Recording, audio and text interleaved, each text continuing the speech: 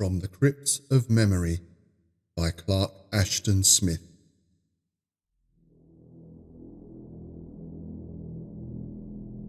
Eons of eons ago, in an epoch whose marvellous worlds have crumbled, and whose mighty suns are less than shadow, I dwelt in a star whose course, decadent from the high, irremeable heavens of the past, was even then verging upon the abyss in which, said astronomers, its immemorial cycle should find a dark and disastrous close.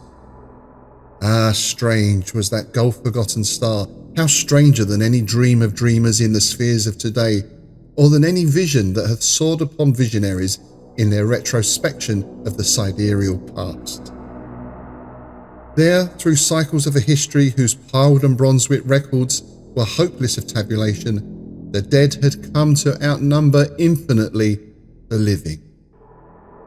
And built of a stone that was indestructible, save in the furnace of suns, their cities rose beside those of the living, like the prodigious metropoli of Titans, with walls that overgloom the vicinal villages. And over all was the black funereal vault of the cryptic heavens, a dome of infinite shadows, where the dismal sun, suspended like a sole enormous lamp, fade to illumine, and drawing back its fires from the face of the irresolvable ether, threw a baffled and despairing beam on the vague remote horizons and shrouded vistas illimitable of their visionary land.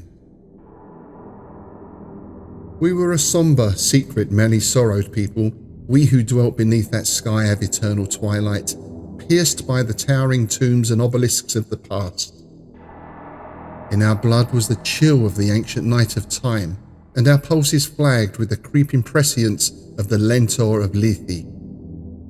Over our courts and fields, like invisible sluggish vampires born of mausoleums, rose and hovered the black hours, with wings that distilled a malefic languor made from the shadowy woe and despair of perished cycles.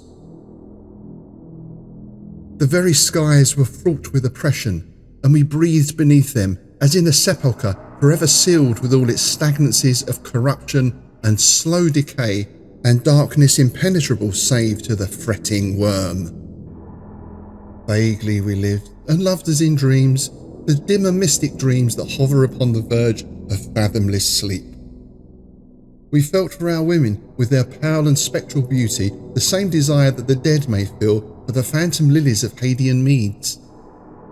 Our days were spent in roaming through the ruins of lone and immemorial cities, whose palaces of fretted copper and streets that ran between lines of carven golden obelisks lay dim and ghastly with the dead light, or were drowned forever in seas of stagnant shadow.